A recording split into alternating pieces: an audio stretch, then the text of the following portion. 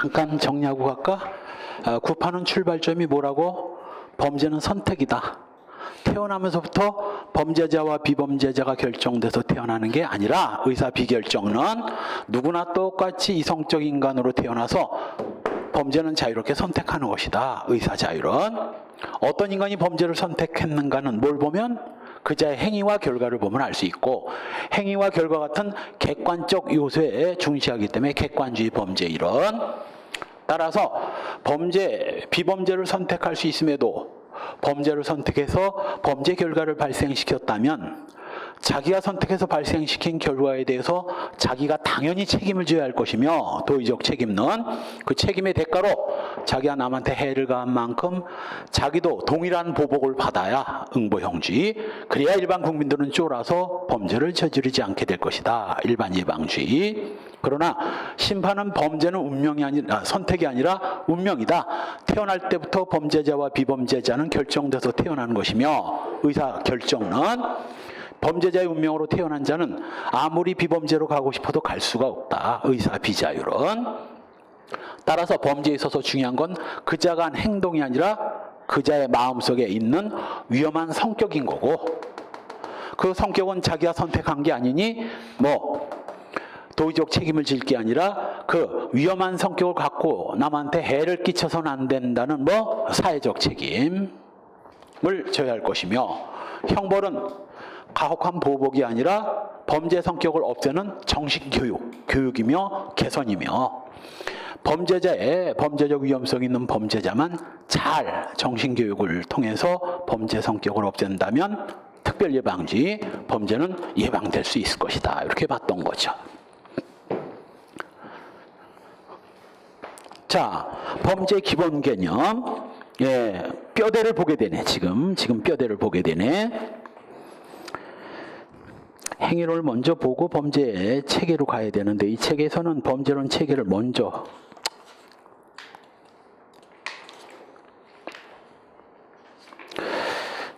자, 범죄가 뭡니까? 형법을 배우는 학생한테 범죄가 뭐냐고 물어보는 것 자체가 웃기지. 범죄가 뭐야? 범죄가 뭐냐고 물어보면 머릿속에서는 도는데 범죄가 뭔지 콕 집어서 얘기를 해보라고 하면 범죄가 뭔지는 딱히 뭐라고 말하기가 나쁜 짓? 범죄를 뭐라고 표현해야 되나? 아주 쉽게 표현하면 범죄란 형법 조문 중에서 각칙조문 있죠? 각칙조문, 수백 개의 범죄를 쫙 규정한 게 각칙조문이고, 살인죄 조문을 보면 사람을 살해한 자는 사형, 무기 또는 5년 이상의 징역에 처한다. 거의 250조 1항을 거의 그대로 옮겨 놓다시피 한 겁니다. 어려운 개념 아니에요. 형법 각칙조문 중에서 이 형벌 부분을 잘라낸 요 앞부분, 요게 바로 범죄 구성 요건인 거예요. 요게 범죄인 겁니다. 사람을 살해, 타인의 재물을, 절도죄는 이제 타인의 재물을 절취한 자는 6년 이하의 징역에 처한다. 바로 요걸 잘라낸 요 앞부분, 요게 바로 범죄 구성 요건인 겁니다. 따라서 최소한도 범죄가 되려면 형법이 규정하고 있는 그 수백 개 구성 요건에 해당돼야 돼요. 구성 요건에 해당돼야 범죄가 된다고. 그래서 소위 말하는 남학생 둘이 동성연애를 하면서 화장실에 가서 몰래 딥키스를 했습니다. 요거 죄 돼요, 안 돼요? 안 돼. 동성연애를 처벌하는 그런 구성 요건은 존재하지 않거든. 그래서 최소한도 범죄가 되려면 바로 이 형법에 규정하고 있는 구성 요건에 해당돼야 된다. 이게 이제 형식적 범죄 개념입니다. 형식적 의미의 범죄란 아주 쉽게 얘기하면 형법 규정하고 있는 것들, 이게 범죄인 것이고, 전문 용어로는 형법이 규정하고 있는 구성 요건에 해당되고, 요게 구성 요건이에요. 요게 형법이 규정하고 있는 범죄 구성 요건, 구성 요건에 해당되고, 보통은 구성 요건에 해당하면 위법한데 위법하지 않은 경우도 있습니다.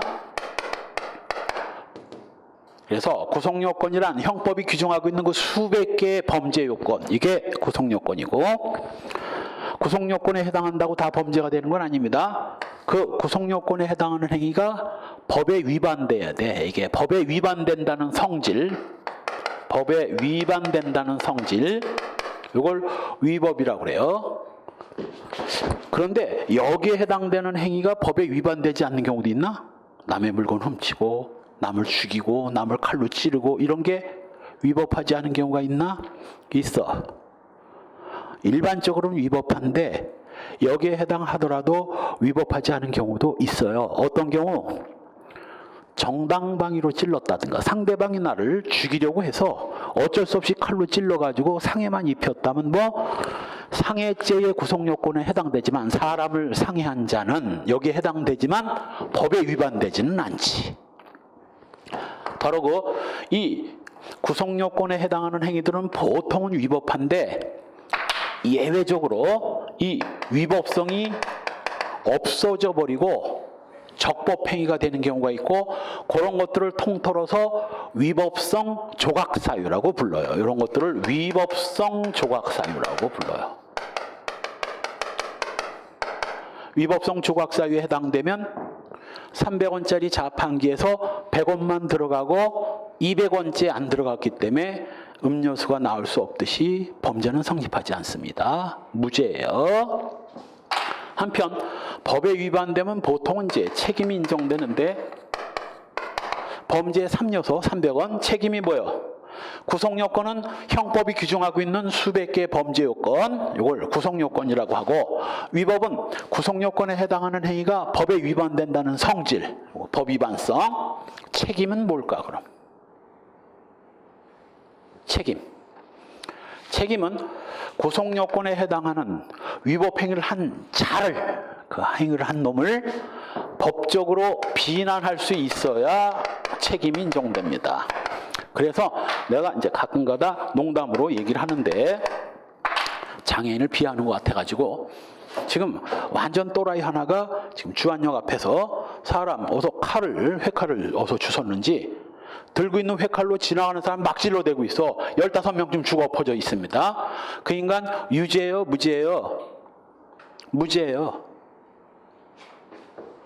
사람 죽인 거 맞고 법에 위반되는 거 맞지만 뭐 정신 이상자로서 완전히 정신 이상자라면 비난이 불가능해. 아무것도 모르는 놈인데 뭐 소위 책임이 조각돼서 무죄가 됩니다.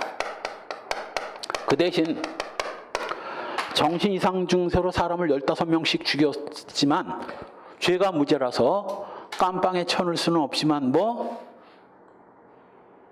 보안처분은 부과할 수 있습니다. 보안처분, 사람을 죽였기 때문에 뭐 공주 치료감호서 같은 데 놓고 요거 뭐 치료감호를 받게 할 수는 있어. 정신과 치료받아야지. 그냥 내보냈다가 또 사람 또 죽일 테니까. 그래서 요 세 가지 요소를 구비하면 300원짜리 자판기에서 300원이 들어간 거고 범죄는 완성되는 겁니다. 그래서 범죄란 아주 짧게 줄여서는 뭐 구성요건에 해당하는 행위. 조금 더 디테일하게 설명하면 구성요건에 해당하고 위법하며 책임 있는 행위. 이게 범죄가 되는 겁니다.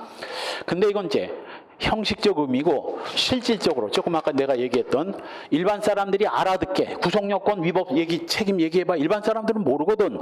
일반 사람들이 알아먹을 수 있도록 범죄 개념을 설명한다면 실질적 의미의 범죄란 무엇일까? 이것도 학설이 많이 나눠지는데 그냥 법익 침해설, 함부로 타인의 법익을 침해하는 게 범죄이다 하는 거예요. 거기 뭐 규범 위반설, 뭐 여러 학설 대립이 있긴 하지만 실질적 의미의 범죄란 뭐 법익 침해 행위, 위법한 법익 침해 행위가 이게 실질적 의미의 범죄고, 형식적 의미의 범죄는 이건 이제 형법적으로 범죄를 설명할 때는 형식적 의미의 범죄 개념을 보통 사용합니다. 앞으로 구성요건 위법 책임은 형법에서 강의를 하면서 수십 번을 쓰게 될 겁니다.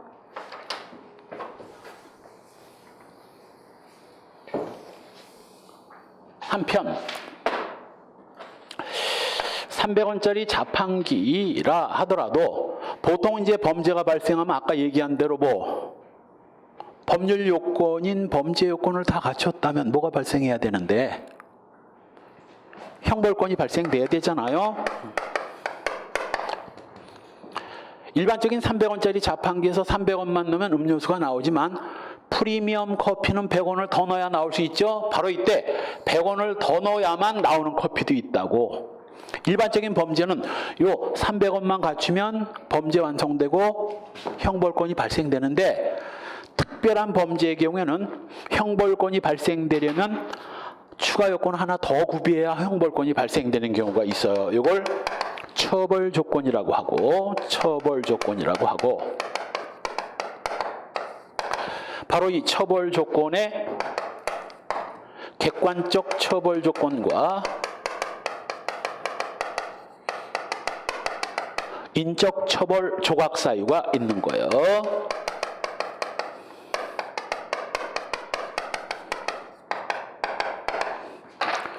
요 객관적 처벌 조건에 해당되는 게 바로 사전수뢰죄고, 사전수뢰죄. 사전수뢰죄가 뭔가?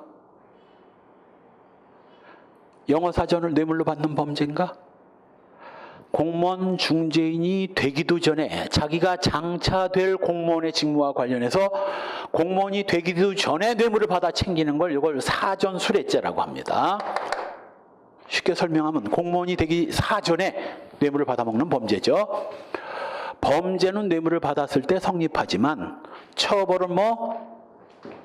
뇌물을 받았을 때 처벌 안 됩니다. 뭐가 돼야? 공무원이 돼야 처벌돼.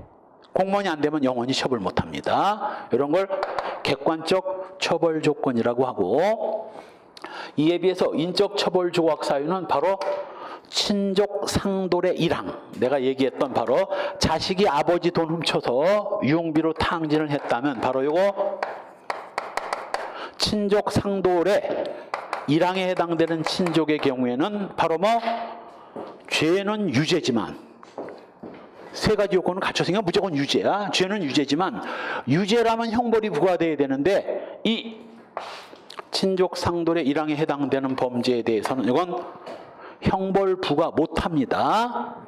이때 나가는 재판이 뭐야? 형사소송법상. 이때 뭐를 해야 되나? 조금 아까 이미 잠깐 본 것 중에 하나인데 이미 판 사람이 이 재판 어떻게 해야 되느냐고. 어떻게 해야 되나 뒤에? 형면제 판결을 해야 돼. 형면제 판결. 자, 그렇다면 OX 문제. 형면제 판결은 유죄 판결이다. OX. 형면제 판결은 유죄 판결이다. OX. O야. 왜? 죄는 유죄지만 형벌만 부과를 못하는 것이지 죄는 엄연히 유죄거든. 이게 유죄 판결의 일종이라고. 이게 형면제 판결을 해야 돼요. 사실은 친족 상돌의 일항에 해당되면 검사가 애시당초 공소를 제기하면 안 되지. 어떻게 해야 돼? 자식이 아버지 돈을 훔쳤다는 것이 밝혀지면 어떻게 해야 돼요? 님이 검사라면, 님이 경찰이라면 그 조사해가지고 검사한테 사건을 송치할 때 의견을 적어야 돼. 이건 어떻게 처리하는 게 맞다고. 뭐라고 적어가지고 사건을 송치하나? 무슨 불기소? 힌트를 주지. 혐의는 있어요, 없어요? 혐의는 있지? 혐의는 있는데 공소를 제기할 수 없는 경우, 이거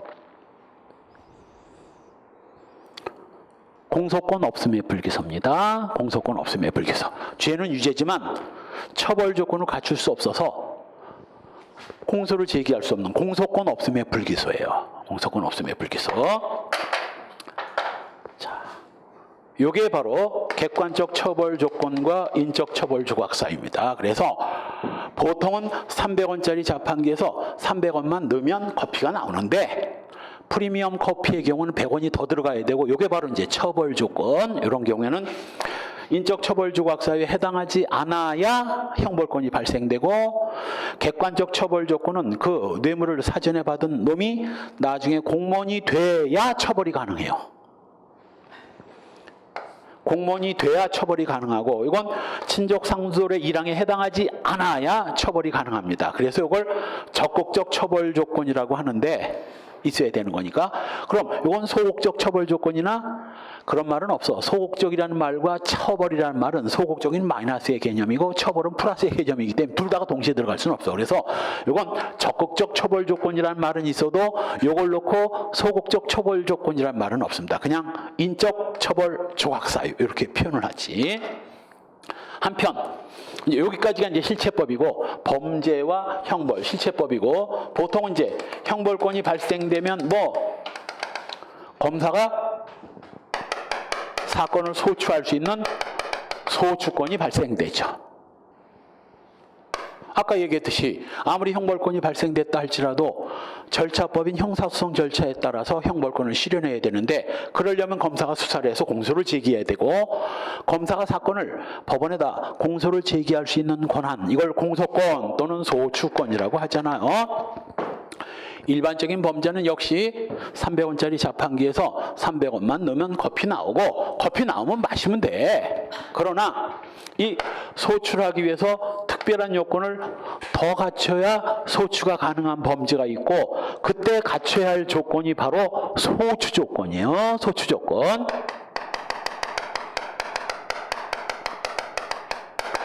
이 소추 조건에 해당되는 게 바로 친고죄와 반의사불벌죄지. 친고죄와 반의사불벌죄.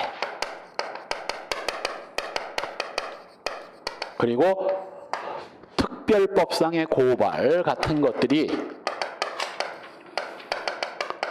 소추 조건으로서 이 소추 조건을 갖춰야만 검사가 소추할 수 있어요. 친고죄란 친할 친자에다가 고소할 고자예요. 즉 고소가 있어야만 소추할 수 있는 범죄입니다. 주로 옛날에 이제 성범죄들이 대부분 친고죄였는데, 왜냐하면 피해자를 보호해주기 위해서 피해자가 고소하기 전까지는 소추하지 말라고 막아놓은 건데, 이것도 뭐 2013년도가 14년도에 싸그리다 성범죄가 친고죄에서 빠지는 바람에 지금 친고죄는 이제 다 찻대고 포대고 몇 개 안 남았어. 몇 개 안 남은 것도 틀리면 찌질이지. 그거 몇 개 안 남은 거, 그 시험에 나왔어 얼마 전에. 그거 틀리면 찌질이지. 그래서 고소해야 소추할 수 있는 범죄가 친고죄입니다. 몇 개 안 남았지? 뭐 친고죄 너댓 개밖에 안 남았잖아. 뭐 사자명예훼손죄, 모욕죄, 비밀침해죄와 업무상 비밀누설죄, 그리고 간통죄도 친고죄인데 사라졌고, 또 하나 뭐야? 친족상돌의 2항. 친족상돌의 1항은 인적처벌조각사유이고, 2항 친족은 친고죄야. 피해자인 친족이 고소해야 소추할 수 있는 친고죄가 되는 거거든. 그거밖에 없어 이제는. 그것도 틀리면 안 되지. 그래서 고소가 있어야 소추가 가능하고, 고소하지 않으면 절대 소추 못합니다. 근데도 고소도 안 했는데 무식한 검사가 소추했다면 아까 뭐라고? 뭐 공소기각 판결 2호 사유라고. 고소도 없이 친고죄에서 소추하면 공소기각 판결 2호. 재판 도중에 고소가 취소되면 5호. 이에 비해서 반의사불벌죄는 쉬워. 피해자 의사에 반해서까지는 처벌할 필요가 없는 범죄. 즉 피해자가 처벌하지 말아달라고 하면 소추 못합니다. 처벌해달라고 해야만 소추할 수 있고, 처벌하지 말아달라고 하면 소추 못합니다. 협박죄, 폭행죄 같은 범죄들이 반의사불벌죄예요. 그런데 반의사불벌죄에서 고소를 하면, 친고죄에서 고소가 있으면 소추할 수 있죠. 반의사불벌죄에서 고소하면 소추할 수 있습니다. 처벌하지 말아달라고 하면 어떻게 되나? 소추 못해, 둘 다. 그럼 똑같잖아. 처벌해달라고 하면 둘 다 소추하고 처벌하지 말아달라고 하면 둘 다 소추 못하면 똑같잖아. 똑같잖아. 어디서 달라지나? 처벌해달라, 말아달라, 아무 말도 안 하고 샷다마우스 하고 있는 경우 아무 소리도 안 해. 처벌도 해달라 소리도 안 하고 처벌하지 말아달라고 하지도 않고.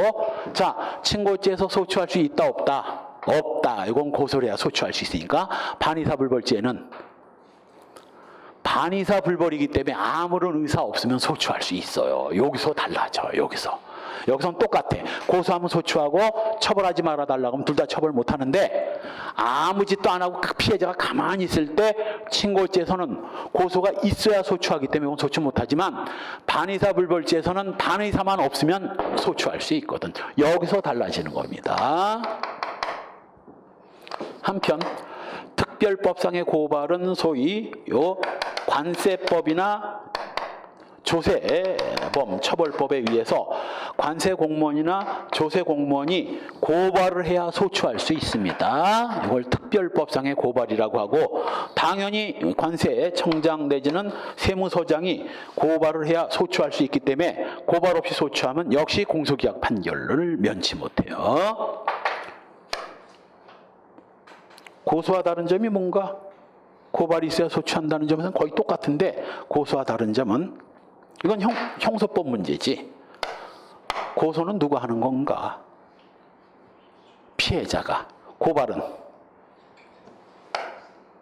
피해자 아닌 제3자가 하는 거거든. 세무서장이 피해자가 될 수는 없어. 그래서 제3자가 하는 거기 때문에 고소란 표현을 쓸 수가 없고 법적 효과는 똑같아. 고발해야 소추할 수 있고 고발 없으면 소추 못하는 건 똑같아요. 법적 효과는. 한편 이거 기본 뼈대입니다. 범죄련의 기본 뼈대야.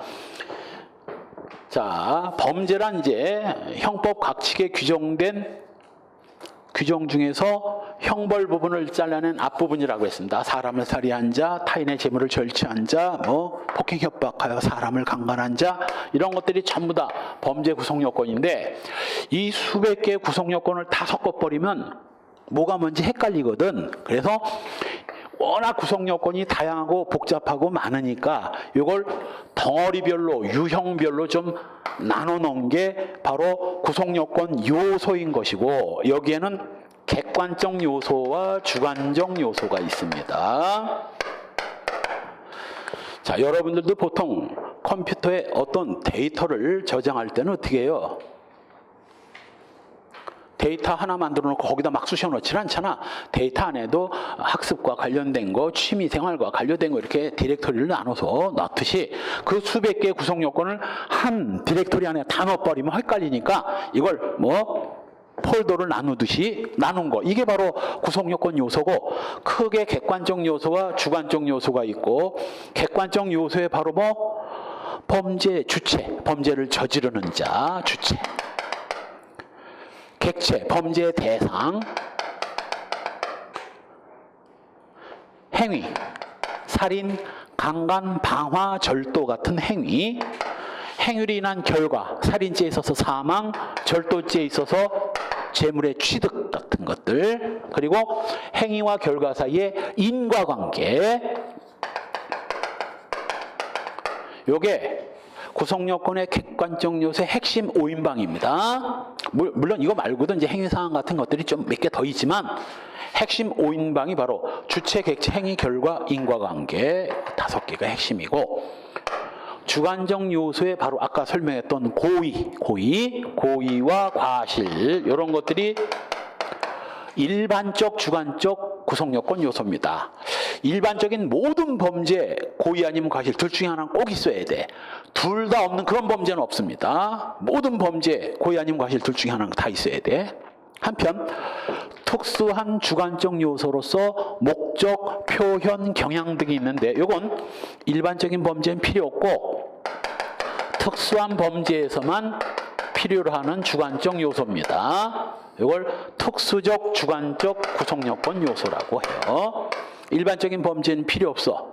따라서 목적범에 있어서는 목적이 있어야만 성립되고 목적 없으면 성립 안 합니다.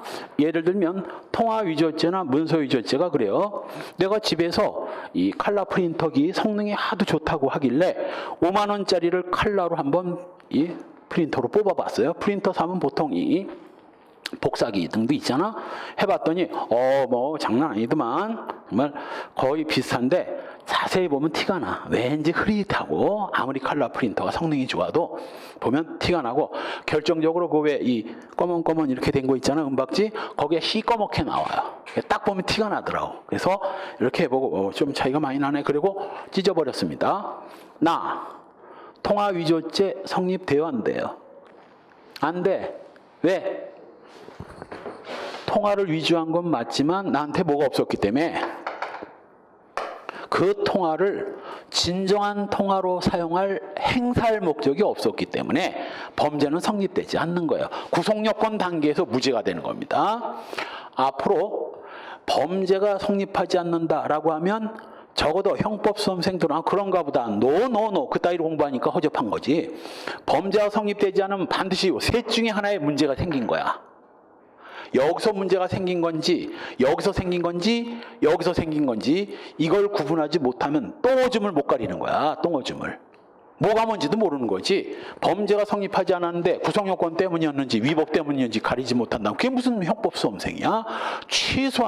최소한도입니다. 그래서 범죄가 성립하려면 이렇게 세 가지 요건을 갖춰야 되고, 범죄가 성립하면 보통은 형벌권이 발생되는데, 형벌권이 발생되기 위해서 특별한 요건을 갖춰야 되는 경우도 있고, 처벌 조건. 형벌권이 발생되면 소추권도 발생되는데, 소추권이 발생되기 위해서 필요한 조건을 더 갖춰야 되는 경우도 있다. 최소한도 요게 형법을 공부하는 학생들이 최소한도 머릿속에서 잊어서는 안 되는 뼈대입니다. 이걸 잊어버리고 공부하는 순간 아까 얘기한 대로 이것 때문에 범죄가 안 되는지 이것 때문에 안 되는지도 모르고 무작정 공부하면 이게 다 헛삽질이 되고, 그런 헛삽질은 시험장에서 반드시 미천이 드러나게 돼 있어. 함정을 파면 폴랑 빠지고 헷갈리면 또 틀리고.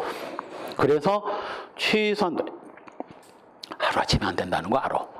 강의하는 인간도 이거 구별 못하는 인간을 내가 봤는데, 강의한답시고 하는 인간, 이걸 구별 못하는 인간 내가 봤는데, 오죽하면 학생들이야 오죽하겠어?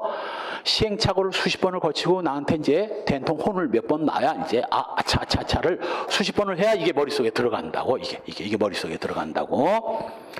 자, 따라서 처벌 조건과 범죄의 소추 조건. 소추 조건에 거기 친고죄와 반의사 불벌죄. 이젠 그 4개의 범죄와 친족 상돌의 이항, 이것만이 친고죄로 남게 되고, 반의사 불벌죄는 아직도 제법 있습니다. 자, 범죄 종류 명심하세요. 지금 설명한 이 내용 최소한 범죄론 체계의 기본 뼈대입니다. 핵심 뼈대. 이걸 모르고 깜빡하고 공부하는 순간 다 헛삽질로 연결된다는 거 조심하고. 자, 범죄의 종류, 소위 범죄 구성요건상 결과 발생 필요성 여부에 따라서 결과범과 형식범으로 나눠집니다.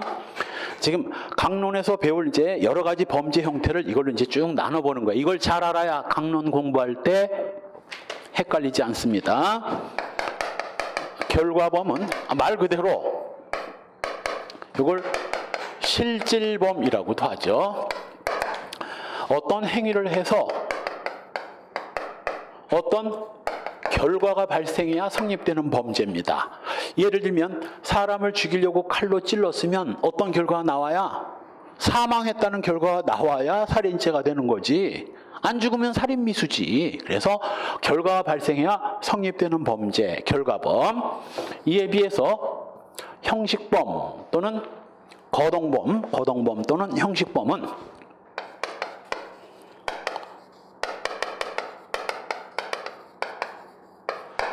일정한 행위만으로 곧바로 성립되고 결과 발생 같은 건 필요도 없습니다. 폭행죄가 그래요. 살인죄는 찔렀는데 안 죽었으면 뭐지만, 살인 미수지만 폭행죄는 뺨 싸대기 한 대 때렸으면 코피가 터졌건 이빨이 부러졌건 상관없어. 일단 뭐 싸대기를 때렸으면 그냥 폭행죄인 것이지 상대방이 그걸 맞고 코피가 났든가 이런 결과 발생 필요 없습니다. 그러면 눈치 빠른 학생은 딱 눈치를 채야 돼. 그럼 형식범 거동범에는 뭐 미수라는 게 없겠네? 없어. 여긴 미수라는 게 있을 수 없어. 미수라는 건 행위를 했는데 결과가 발생하지 않아야 미수인데 개뿔이나 처음부터 결과 발생 자체가 필요 없는 범죄에서 미수라는 게 어디 있어? 때리면 그냥 기수가 되는 겁니다. 한편 거기 형식범에 해당되는 거 무고죄, 명예훼손죄, 공연음란죄, 모욕죄, 위증죄 같은 것들이 있는데 대표적인 게 폭행죄고 형식범에 해당되는 것들도 사실은 다음 페이지에서 볼 위헌범에 해당되는 경우가 허다합니다. 논란도 많고. 자, 그러면 이 결과범 안에 침해범과 위헌범이 있습니다. 이때 그 결과가 법익침해 결과를 요구하는 범죄가 침해범이고 위헌범은 이건 법익침해 결과는 발생하지 않았지만 발생할 뻔했었던 위헌만 발생돼도 성립되는 범죄가 이게 위헌범입니다. 예를 들면 상해죄나 살인죄가 침해범이야. 살인죄는 찔러서 반드시 사망의 결과가 현실적인 생명을 사망을 해서 생명을 침해했다는 결과가 발생한 성립되고 상해죄도 찔러서 상해를 입혀서 신체의 신체의 생리적 기능을 훼손해야 성립되는 범죄입니다. 그러나 위헌범은 그러한 법익침해, 현실적인 법익침해 결과가 발생하지 않아도 법익침해 위험성만 발생해서 성립되는 게 위헌범이고 방화죄가 대표적입니다. 그리고 위헌범 안에는 다시 추상적 위헌범과 구체적 위헌범이 있어요. 추상적 위헌범은 이미 그 범죄 행위 안에 뭐가 위험이 내포되어 있기 때문에 그냥 행위만 하면 당연히 위험한 것이고 별도의 위험이 필요 없지만 구체적 위헌범은 일정한 행위를 해서 현실적인 위험이 발생해야 성립하는 범죄입니다. 이걸 구체적 위헌범이라고 하고 방화죄를 기준으로 하면 현주 건조물 등 방화죄, 현주 건조물 등 방화죄와 공용 건조물 등 방화죄,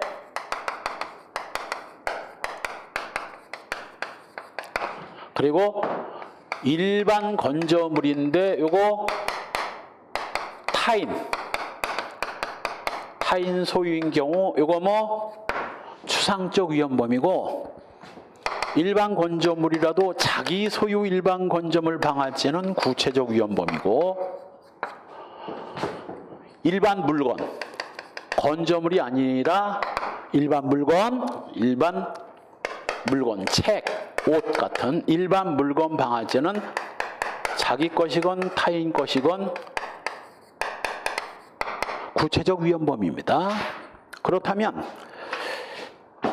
행위 안에 위험이 내포되어 있어서 행위만 해도 위험이 발생한다고 보는 경우와 구체적인 위험이 발생해야 되는 경우를 어떤 차이가 있는가를 구체적인 예를 들어서 살펴보기로 합시다. 확실하게 이해를 해야 되니까.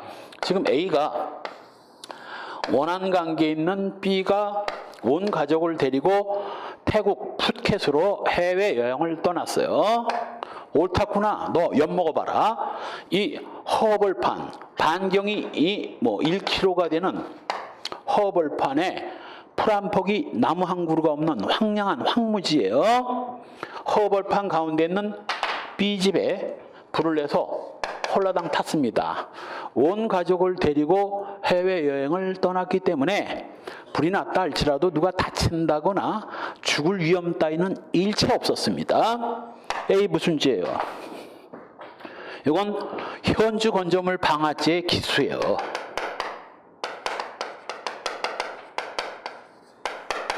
기수가 됩니다. 한편 A가 논 한가운데 있는 자기 창고를 너무 낡아가지고 농기계를 보관하기가 불편해가지고 새로 지어야 되는데 새로 짓고 뭐 하려면 골치 아프니까 그냥 불태워버리고 새로 지려고 홀라당 불태웠습니다. 비슷해.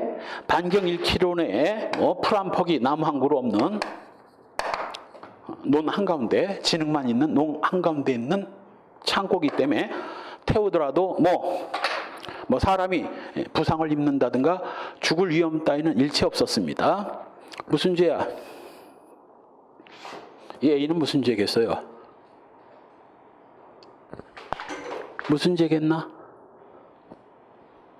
실수를 두려워하지 마. 강의실에선 실수해도 돼. 시험장에 가서 실수하지 말아야지. 시험장에서 실수하지 않으려면 강의실에서 실수하고 혼 좀 나봐야 시험장에서 실수를 안 할 거 아니냐고. 이거 무슨 죄예요? 응? 이거 무슨 죄야, 이쪽 앞에?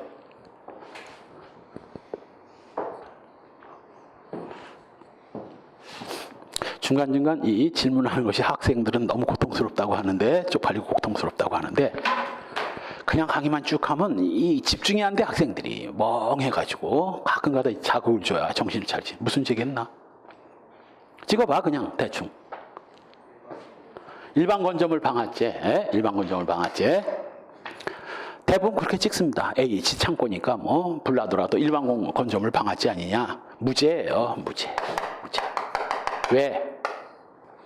구체적 위헌범은 위험이 발생해야 성립되기 때문에 위험이 발생하지 않았다면 무죄야. 무죄라고. 그래서 우리 순경시험에 소위 요거였죠. 남이 갖다 버린 재활용 쓰레기에 불을 질렀을 때 위험이 발생했으면 뭐가 되지만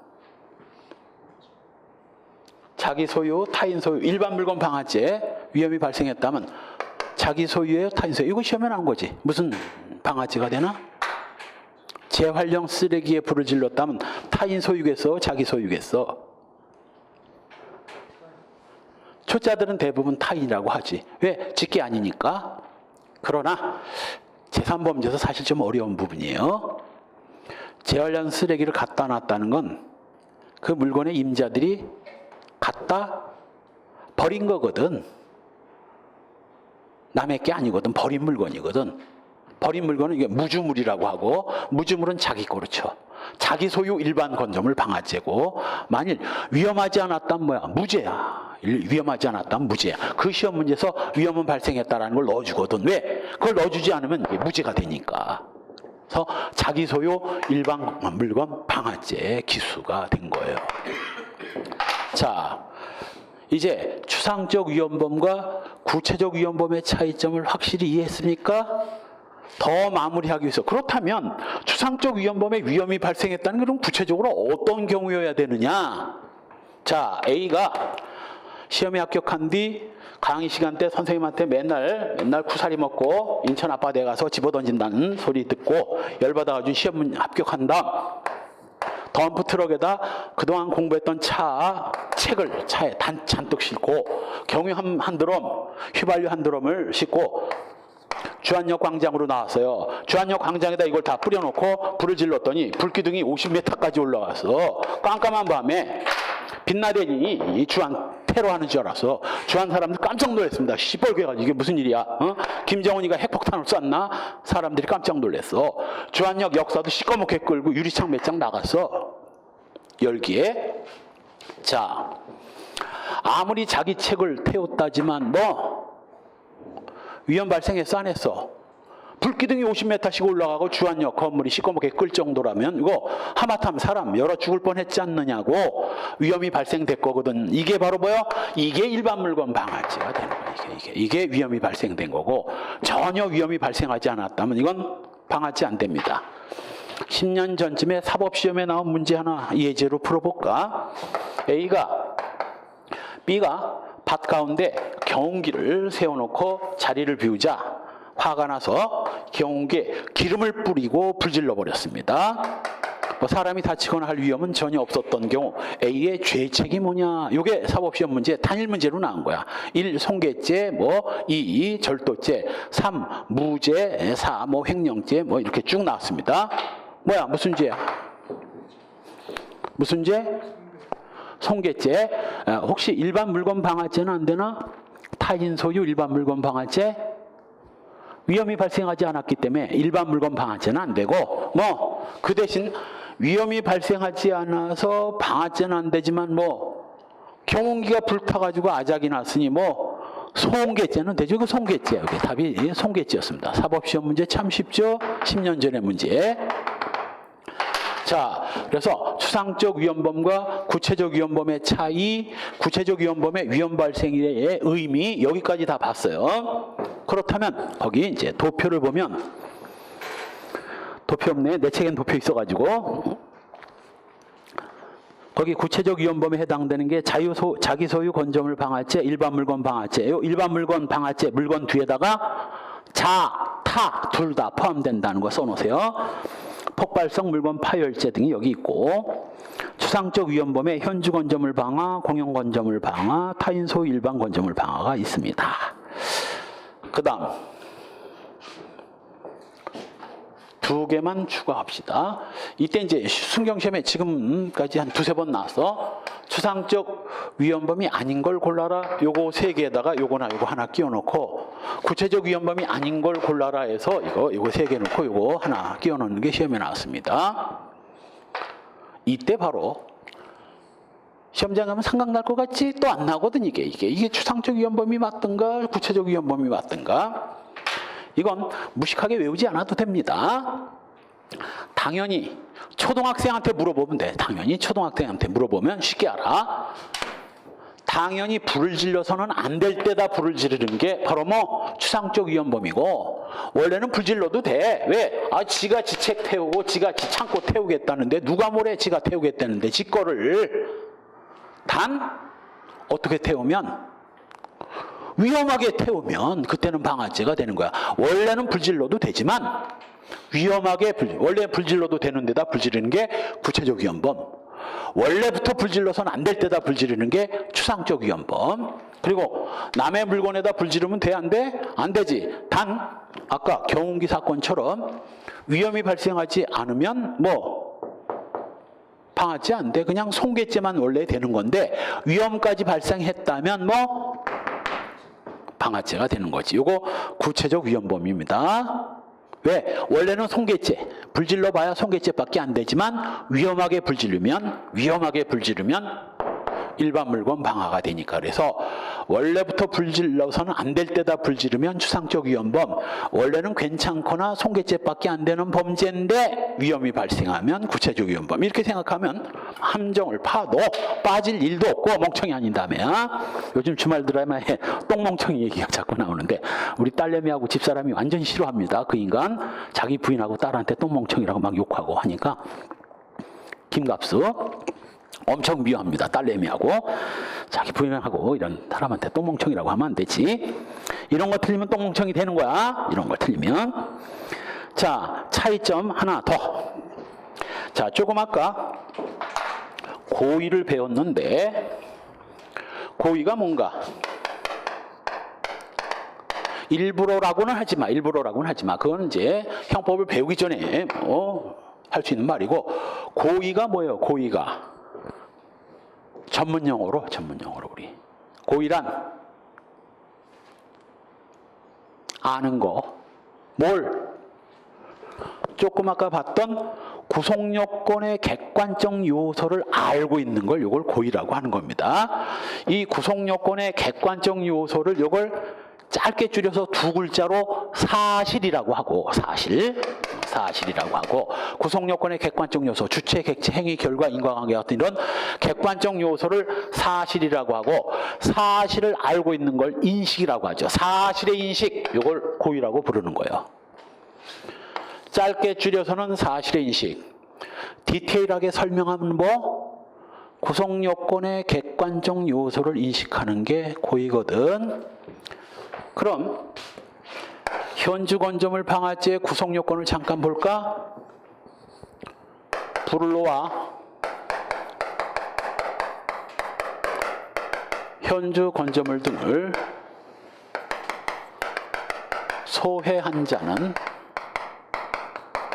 이제 처벌한다. 뭐뭐로 처벌한다. 이 부분은 빼고 요게 구성 요건이고, 그다음 이 일반 물건 방아나 자기 소유 일반 건조물 방아죄의 구성 요건을 보면 불을 놓아 일반 물건 등을 소해한 자는 소해하여 공공의 위험을 발생하게 한 자는, 이렇게 돼 있어요. 여기까지가 구성 요건이야. 자, 고의가 뭐라고 그랬어? 구성 요건을 인식하는 게 고의입니다. 그렇다면 추상적 위헌범은 이걸 인식하면 고의가 되는 거고, 구체적 위헌범은 이걸 인식해야 고의가 되는 겁니다. 그렇다면 각종 시험에 좀 많이 나온 겁니다. 추상적 위헌범에서 고의가 성립하기 위해서는 위험에 대한 인식도 필요하다. OX 여학생, 이거 X에요. 구성 요건에 위험이 있어 없어? 없잖아. 구체적 위헌범에는 이건 구체적 위헌범에서 고의가 성립하기 위해서는 위험에 대한 인식이 있어야 된다. 이건 O지만 여기서는 X라고. 왜? 구성 요건에 위험이 없잖아. 여기는 공공의 위험을 발생케 한, 요게 구성 요건에 들어가 있으니까 이걸 인식을 해야 고의가 성립되지만 여긴 위험이란 단어가 구성 요건에 없어요. 그냥 불을 놓아 소해하는 것만 인식하면 성립되거든. 여긴 위험에 대한 인식이 필요 없다고. 그래서 바로 참고란에, 이게 참고란이 뭐야? 차이점, 기억, 니은을 보면 구체적 위헌범은 위헌 발생이 구성요건 요소로 되어 있기 때문에 니은 뒷부분 추상적 위헌범은 위험의 인식을 요하지 않는다. 왜? 구성요건에 위험이란 말이 없으니까. 그러나 구체적 위헌범은 틀림없이 위험 발생이라는 단어가 구성요건에 들어가 있고, 고의가 성립되려면 그 위험 발생까지 인식을 해야 고의가 성립되는 겁니다. 자, 그렇다면 요거는 인식했는데, 불을 놓아 타인의 물건을 소유한다는 것까지 인식했는데 이걸 인식하지 못하고 불을 냈다면 어떻게 될까?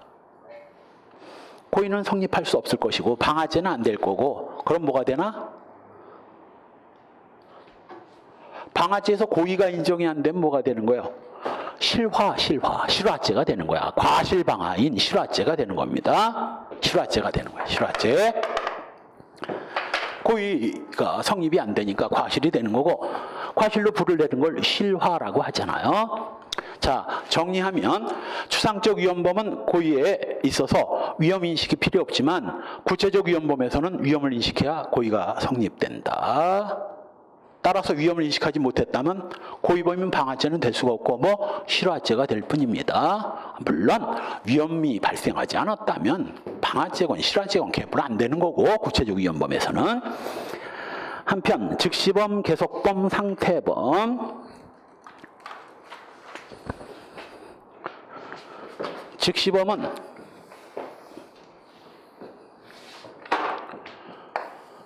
요 침해범 중에서도 또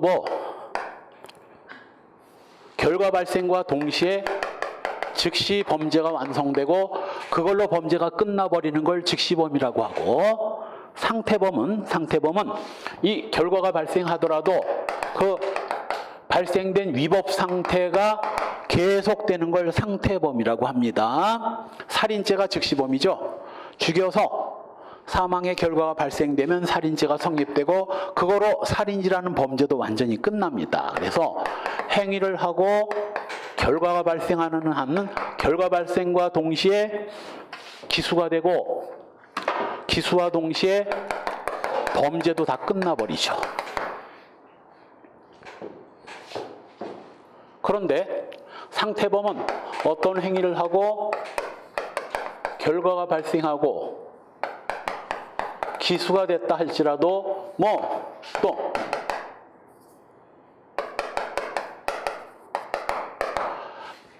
범죄가 종료됐다 하더라도 그 법익 침해 상태가 계속되는 걸 이걸 상태범이라고 하고, 이 상태범의 사후에 계속되는 법익 침해 행위는 별도로 죄가 되지 않습니다. 이걸 불가벌적 사후행위라고 부르는 거예요. 그래서 즉시범, 계속범 좀 이따 설명하고, 상태범, 구성요건적 행위의 완성과 동시에 범죄는 기수가 되고 기수 이후에도 위법 상태는 계속되지만 그 범죄가 완성된 뒤에 위법 상태는 별도의 죄가 되지 않습니다. 그때 죄가 되지 않는 별도의 사후행위를 불가벌적 사후행위라고 하고, 여기에 해당되는 게 절도, 강도 같은 범죄예요. 그래서 살인죄는 사망과 동시에 끝나고 법익 침해 상태가 끝남과 동시에 범죄도 다 종료해버리고 그걸로 법익 침해도 다 끝나버리지만, 절도죄는 A가 B의 반지를 훔쳐가지고 자기가 갖고 있는 한 훔쳤을 때 기수가 되고 절도죄도 끝나지만 반지는 계속 법익 침해 상태에 계속 놓여져 있는 겁니다. 이런 걸 상태범이라고 하고, 그 뒤에 범인이 갖고 다니는 그 반지는 이건 별도의 죄가 되지 않습니다. 한편 계속범은 어떤 범죄 행위를 하고 결과가 발생하더라도 기수가 안 돼. 여기선 다 기수가 되는데, 기수가 되려면 플러스 더 있어야 돼. 시간. 발생된 결과가 어느 정도 시간이 흘러야 기수가 되고,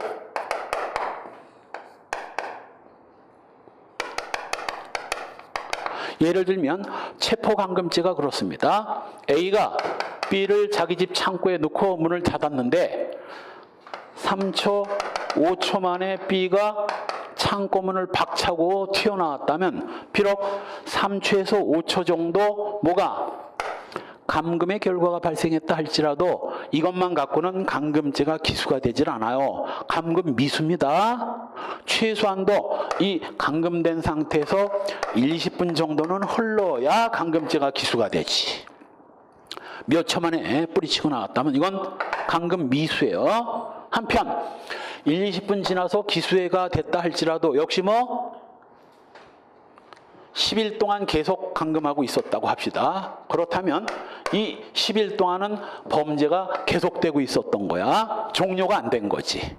요 점이 상태범과 달라. 범죄는 종료됐는데 법익 침해가 계속되고 있는 거고, 이거는 기수에 이른 뒤에도 계속 법익 침해가 종료가 안 되고 있는 거야.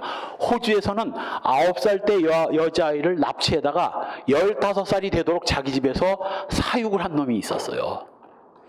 근데 얘가 이제 15살 되니까 머리가 돌아가거든. 9살 때는 몰랐는데 일보러 간 사이에 집에서 탈출해서 집으로 간 거야. 엄마가 6년 동안 이제 죽었다고 포기하고 있는 이 딸내미가 들어오니까 그냥 깜짝 놀란 거지. 그 6년 동안 그 인간의 감금죄는 하나가 계속되고 있었던 겁니다. 하룻밤에 하나씩 1000개, 무슨 368, 1800개의 감금죄가 되는 게 아니라 6년 동안 감금한 게 하나의 감금죄가 되는 거야. 10일이 됐건 6년이 됐건. 미국에서는 21년이 있었죠. 21년. 자식까지 낳게 하고. 그래서 감금이라는 범죄가 기수가 되려면 일정한 시간이 흘러야 되고, 첫째, 시간이 흘러서 기수가 됐다 하더라도 범죄가 끝나질 않아요. 끝나질 않아. 범죄가 끝나려면 법익 침해 상태까지가 끝나야 범죄가 비로소 종료됩니다. 그래서 계속범이 기수가 되려면 시간이 필요하다는 것, 또 하나 기수가 된 뒤에도 범죄가 끝나지 않는다는 것. 공소시효는 이때부터 흘러요? 이때부터 흘러요? 요때부터 흐르는 거예요. 요때부터. 또 하나, A가 B를 죽인 뒤 갑한테 부탁을 해서 B의 시체를 갑이 A가 파묻을 때, 산에 갖다 버릴 때 갑이 A와 함께 B의 시체를 갖다 버렸다면 갑은 A의 살인죄가 끝난 뒤에 가담했기 때문에 살인죄 공범은 안 되고 사체 유기죄 공범만 성립되는데, 근데 감금죄는 기수에 이른 뒤에도 갑이 여기 가담을 하면 7일 동안 A가 감금하다가 갑한테 하루만 부탁을 해가지고 갑이 하루 동안 B를 감시해 줬다면 이 갑도 뭐가 되는 거야? 아직 종료하기 전의 범죄인 감금죄 공범이 성립되는 거예요. 그래서 즉시범은 기수에 이른 뒤에 가담한 자는 그 즉시범의 공범은 절대 성립할 수 없지만, 순경시험 문제도 또 나온 거잖아. A가 관상수가 뭐지? 뭐를 훔쳐가지고 갑한테 부탁해가지고 그 관상수를 옮겼다면 갑은 뭐예요? A가 관상수를 뽑아냈을 때 이미 절도죄는 기수에 이른 거고, 그 뒤 관상수를 옮기는 데 관여한 갑은 절도죄가 끝난 뒤에 개입했기 때문에 작물 운반죄나 범인은닉죄 같은 범죄가 성립할 수는 있어도 절도죄 공범은 성립할 수 없지만, 여기서는 기수에 이른 뒤에 가담하더라도 범죄 종료되기 전에 가담하면 공범이 가능하다는 거. 따라서 기수 시기와 범죄 종료 시기가 같으니까 이때부터 공소시효가 진행되지만, 계속범에 있어서는 기수에 이른 뒤 진행되는 게 아니라 범죄가 완전히 끝난 뒤부터 공소시효가 진행되는 겁니다.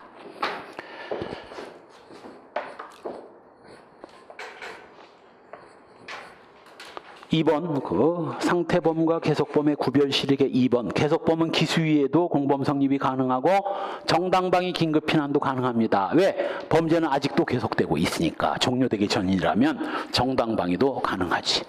그 다음 일반범, 신분범, 자수범, 목적범, 경향범, 그리고 행위론. 요 일반범, 신분범, 자수범은 우리 다음 시간에 보기로 합시다. 다음 시간에. 자, 복습은 시간 날 때 대충 해도 되는 거라고 그랬지? 복습.